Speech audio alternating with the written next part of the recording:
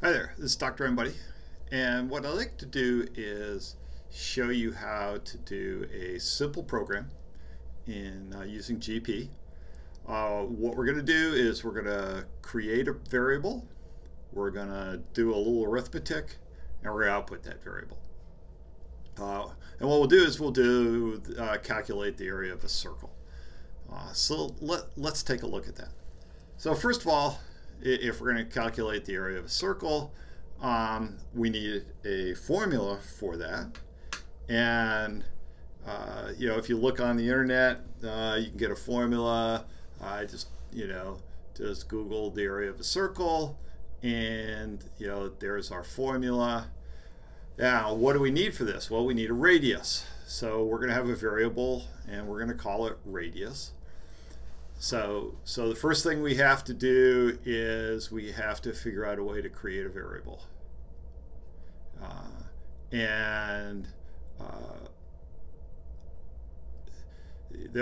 Different programming languages have different ways of doing it. Many of them sort of do it automatically. When we're using GP, we're going to actually have to create it.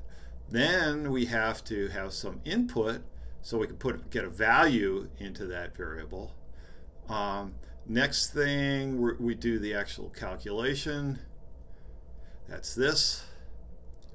And then finally, we need to output the value that we calculate. So there's my algorithm. I got 4 steps that I have to do.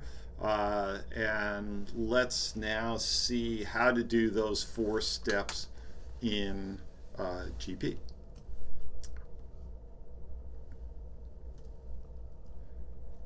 All right, so how do we create a variable? Well, if we look on the side here,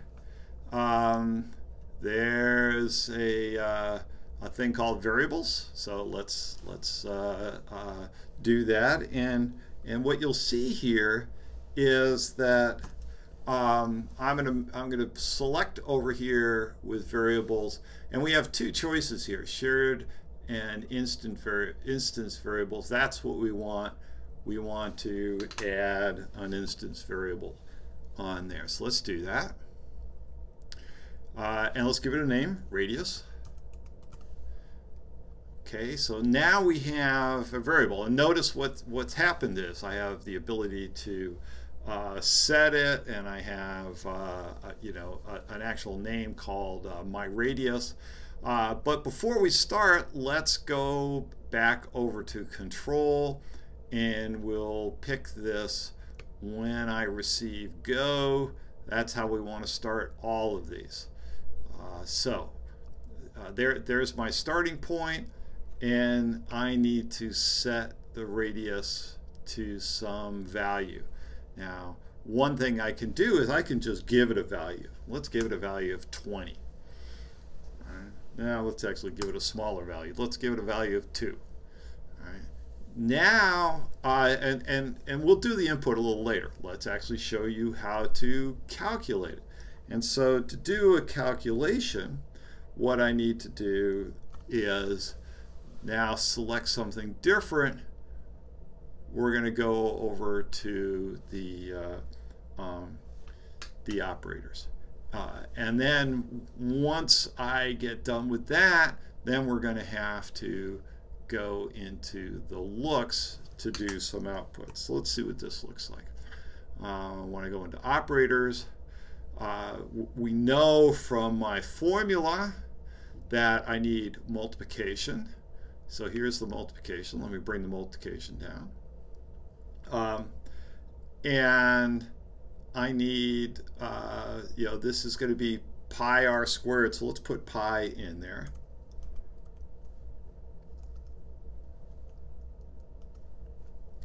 There's a few values of pi to a few decimal places. We can put any number in there.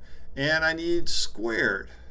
And so there is raised to a power, raised to the 2nd power. And what is going to be raised to the power? Well, we need our radius. So if we go back to my variables, there's my radius. And that's what we're going to raise to the 2nd power. So there's the r squared part. and we stick that. Now notice when I want to move this in, look at the highlighting going on there, and that's just to guide you to dropping it into place. So now I've created a value, but I have to output that value. And so to output a value, let me even back up a tiny bit. So remember my formula was pi r squared, okay, and so that's really a times in there, and then this is raised to the second power, right? And so there's the raised to the second power, there's my radius, there's the radius, and there's pi. And so there it is in all the equation. Now to output it, they have this weird word called looks. So let's take a look at that. And under looks is say. And what say will do, it will say whatever is in this little white box, and we want our area in there. And again, notice how at some point you'll see it gets highlighted. There it is. Boom, we drop it in there. So what do we have here now for my steps? Well, this means this will start when I do the go, right? That's starting there. And now my radius will get a value of 2, and I'm going to set, and now that 2 will get squared and multiplied by pi. Well, if we have 2 and we square it, that should be 4, and then we multiply it by pi, and 3.14, and we should get something around 12.5, and that would be my expectation here. And then the say will output it. So let's give this a try. Let's go over and we'll hit the go. And there we see is when I hit the go, notice how a value shows up there in the box with a value of 12.5, something like that. So that seems like it's working. That's good. Now what would be, let's advance this a little bit so that we take in a value, and there's something called ask. Now where is it? I don't remember where it is, so let's go up into the search box here. There's ask.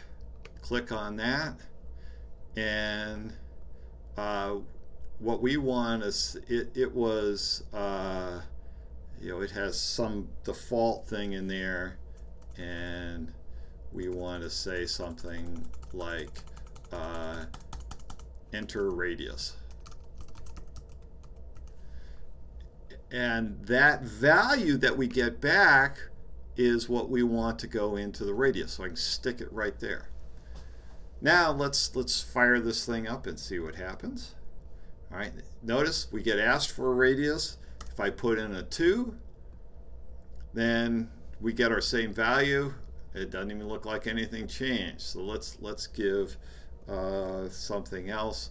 Let's give a 10. Okay, and now we see another value in there, and again we can do it in our head. 10 squared is 100. 100 times 3.14 is 314 something.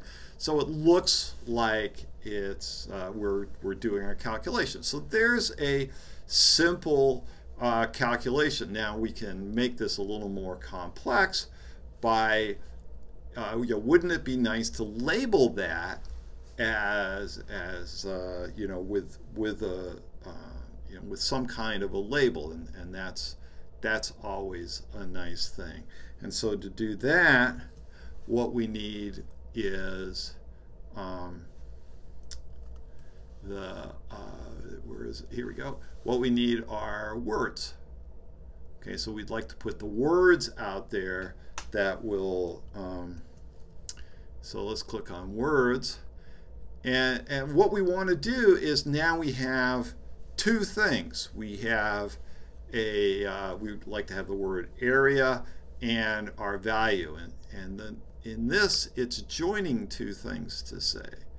So the first thing that we'd like to say is area, and for the second part, let's take this calculation and stick it in there. So now I've got these two things, and let's maybe put a colon in here, and that's that combined word that we, or combination of words that we've created here is what we would like to output. So you know, what I've done now is I've joined two things. There's the first thing, which is area, and this whole thing in green here is the second thing that's being joined, which is the calculation. So let's take a look, see how that comes out. And now when I say go, it asks for a value. Let's go back and put 2 in there, and notice that now when this comes out, we get two things. We get the area with a colon, and we get our expected value out. So there's a way that we can now input a value, do some calculations, output a value, and even label the output of the value. And from that, we can just keep expanding onto it.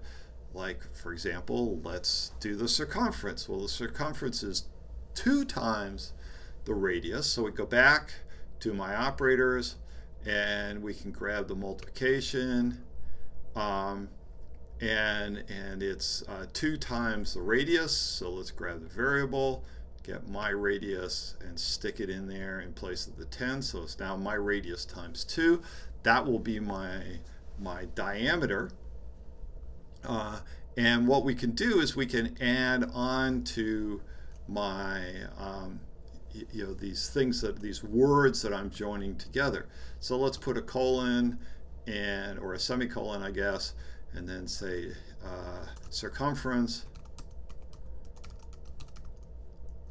And now, again, clicking on the arrow gives me one more place, and let's put the calculation in there. So now what I've done is I'm joining together these words, the area, the calculation, the value that comes out of the calculation for the area, the word circumference, and the value that comes out of the calculation of the circumference. So we can say go again here. It asks for radius. Let's do 2 again. And now we see that when I get my output, I have 2 things. I have the word area. That's right there. I have a value that comes out of this whole calculation there. I have the word circumference right there. And then this value here comes out of that calculation. So I've combined those together into some output. So let's quickly review here. What did I do? I managed to create a variable. We figured out how to do some input of a value into that variable. We then did a calculation. In fact, we did 2 calculations, and then we did an output of those. And so there's sort of the basic pieces of a program. Take some input, do something, and generate some output. So there you go, a little program.